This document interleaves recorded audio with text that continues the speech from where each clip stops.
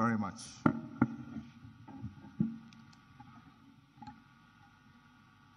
Prime Minister Shri Narendra Modi, my distinguished brother, President Santokhi, distinguished ministers, Chief Minister of Madhya Pradesh, distinguished ladies and gentlemen. I'm delighted to be here once again in the Republic of India, the birthplace of my ancestors, and a country which afforded me the opportunity, to pursue higher education. India belongs to all of us. I want to take this opportunity also to thank the Chief Minister, the government, and the people of Madhya Pradesh for your kind hospitality, your love, and the way in which you welcome us to this beautiful city. I thank the Prime Minister of India for his invitation extended to me to participate in this convention. I express my appreciation for the warm and gracious hospitality extended to me and the members of my delegation, the largest private sector delegation to ever visit India from Guyana.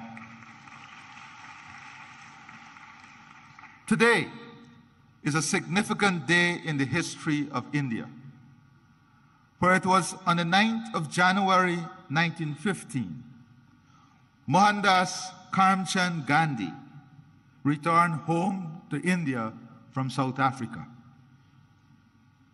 It was on this day, 107 years ago, that the once physically frail-looking but morally firm and formidable man returned and intensified the struggle for India's independence. India's independence was an inspiration for freedom-seeking peoples around the world. It ignited their hopes and aspirations of freedom and a better future for them and their progeny. India has used the fruits of its independence to assist other developing countries. And on this point, Prime Minister Shri Narendra Modi, we owe you a debt of gratitude.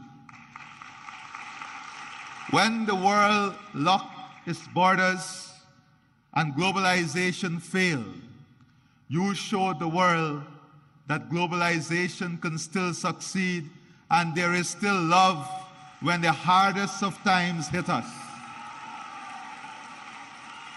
When the world could not find vaccine and you faced the challenge of the COVID-19 pandemic, you showed the world what real love and hope is when you shared vaccine with the rest of the world.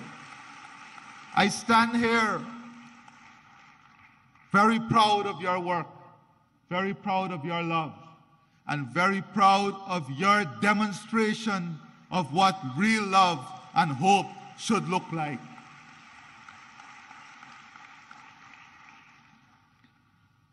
I take this opportunity to express once again my profound appreciation for India's support to Guyana.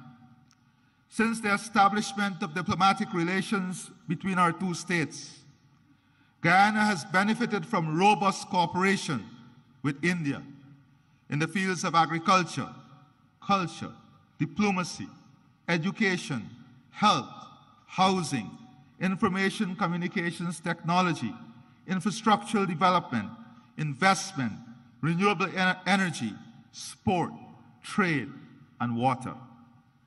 Today, Guyana pursues similar ideals like Prime Minister Shri Narendra Modi. As President, I find commonality in the philosophy, Sabka Saath, Sabka Vikas, Sabka Vishwas, which is bringing everyone together, pursuing growth and development, and winning and building trust for everyone. This is the path that marries unity with prosperity, good governance with strong leadership, that you are demonstrating. As our country expands, we embrace fully the Rainbow of India concept, which builds the country among the themes of Sanskriti, Krishti, Mahela Shakti, Prakrati, Sansadan, Yuva Shakti, Loktandra, and Gyan, which is ensuring our country is built on the strength of its culture, agriculture, women, natural resources, youth power, democracy, and knowledge. India is a world leader in developing Pratibha talent and utilizing Prododiki technology, and we look forward to further collaborating in these two areas. With the development of talent and the sharing of technology, India stands way ahead of all others in developing a world that is hopeful, a world in which technology is not seen as an expensive tool, but technology is seen as an accessible tool to improve all of humanity. Guyana has also keenly observed India's management of relation with its diaspora. We have learned from India as we embark on a new chapter of enhancing our engagement with our own diaspora, which, like India, is scattered across the globe in almost every country. I believe that it is important that we continuously share our experiences in engaging with our respective diasporas. This convention serves such beneficial purpose. Today, I want to therefore share my perspective about diaspora relations. My country, Guyana, is a multi-ethnic society. Indians, whose ancestors first came to work in Guyana as indentured immigrants, constitute the largest ethnic group in the country. Guyana itself has a large diaspora, which is ranked as one of the largest in the world in terms of its share of the national population. One recent report suggested that almost 40% of all Guyanese live overseas. The traditional approach to diaspora relations tended to emphasize remigration, remittances, and family-based tourism. The results of this approach were mixed. Without doubt, remittances have contributed to providing economic support for thousands of Guyanese families. We also were able to attract skilled persons to return and provide the country with much-needed critical skills to rebuild the economy, to restore international creditworthiness, and to establish enterprises. But pull factors including family ties and better opportunities also led to many of them returning overseas. Guyana is now a much stronger economy than it has ever been. It is now the fastest growing economy in the world, registering a real GDP growth of 19.9% in 2021, and growth for 2022 estimated at more than 50%. On this note, Prime Minister Sri Narendra Modi, I assure you that the economic opportunity, growth, and potential of Guyana is open to the entire private sector of India to participate fully and to be involved in the transformation that is taking place. The country's economy is now in a full takeoff mode of development. This transformative stage of economic development is spawning massive economic opportunities across almost all sectors of the economy. Our intention is to position Guyana to be among the leaders in the world in energy security, climate security, food security, fresh water, and a full-scale human resource development that provides the best health and educational services, and India is an important strategic partner in achieving all of this. Guyana is mindful of the experience of other countries, which have experienced rapid growth, but also led to socioeconomic inequalities. As such, we have embraced a One Guyana agenda, which promotes greater unity and shared prosperity amongst all of our people. Our diaspora is integral to the One Guyana agenda. As such, Guyana is now embracing a diaspora integration model. This flows from our belief that diasporas should not be treated as entities that are peripheral to nationhood. Diasporas are an integral part of our nation. They may be resident outside of our borders, but they remain within our nation. They are part of us and not apart from us.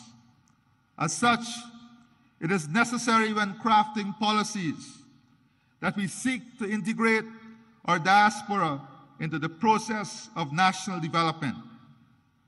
Policies, therefore, should be tailored to make our diasporas integral rather than incidental to nationhood. My experience has been that members of our diaspora are no less patriotic and no less fervent in their support of country. They celebrate when the national teams do well. Their hearts swell with pride when their countrymen excel and attain high office. And they are passionate in supporting their motherland. I have little doubt that this too is India's experience. Guyana, like India, is a multicultural society with different religious and ethnic groups. The celebration by the diaspora of their religious, cultural, and national festivals and events serve to reinforce the strong connection to homeland and their sense of national identity. The forging of a strong sense of national identity within the diaspora is therefore central to the model of diaspora relations that we are pursuing. One of the ways in which the diaspora reinforces national identity is by keeping alive their cultural and national traditions. These traditions promote a sense of oneness. Relations with our diaspora cannot ignore the role of religious, ethnic, and national traditions in sustaining our multicultural and national identities. Policies which promote the continued observances of religious, cultural, and national observances within the diaspora must become part of our engagement with the diaspora. If the diaspora is to become more integral in national development, it must benefit from accurate and updated information. We now live in an information age where information is now more easily accessible.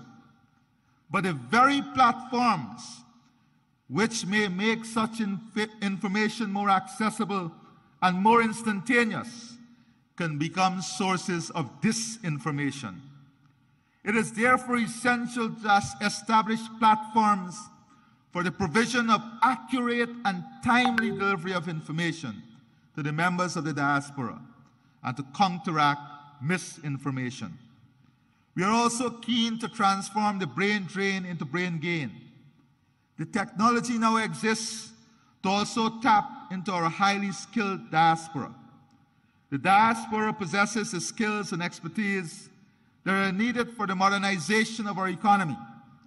We hope to be able to use ICT to be able to make greater use of the wealth of skills available within the diaspora, including in providing educational and health services. The diaspora integration model also embraces a role of our diaspora as an instrument of soft power. Many members of our diaspora have done exceedingly well in their adopted homelands and have risen to positions of prominence. Collectively, the size and strength of our diaspora in some developed countries attribute great influence to them. Many of the members of our diaspora are strategically placed in positions of influence to help protect and promote our national interests overseas. We look to our diaspora to project our external interests, including to protect our democracy and to defend, to champion international causes which are germane to our national interests, including arresting climate change. Indeed, we also look to our diaspora to wield its influence in attracting and unlocking markets for our products. Our experience dictates that diaspora policies should not be cast in stone. They must remain flexible and adaptable to changing realities. The realities in my country are changing, and we have adopted a new approach to diaspora relations, one that is consistent with our goals and aspirations. Our experience have also led us to underscore the importance of exchanging ideas about diaspora relations, and equally about creating strong diaspora networks and improving links between such networks.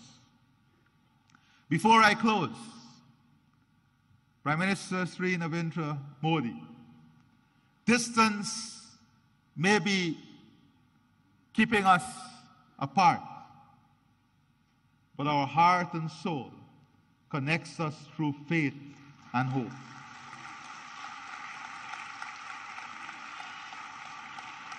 You visited Guyana even before you were Chief Minister, and you felt the love of the Guyanese diaspora.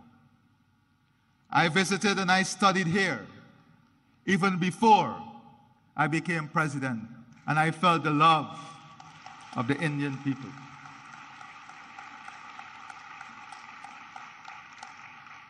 We pray and hope that before the end of this year, we will have the good fortune of your visit to Guyana, so that we can share with you our development aspirations and the hope of a country that is so connected to you and the people of India. I therefore see the Pravasi Divas Convention as an important platform for not only exchanging ideas on this subject, but also fostering deeper and stronger ties among states which have significant diasporas, such as India and Guyana. I wish every success to this convention. It has been my absolute pleasure to be here and to address you. And before I close, Prime Minister Sri Narendra Modi, on behalf of the government and people of India, of Guyana, and I'm sure of India too, we want you to know that our love and support is with you and your family during this difficult period in losing your mother. You have once again demonstrated to the world the importance of motherhood through your love, your commitment, your dedication, and your honor as a good son. May God bless you, and may God bless all of us. I thank you.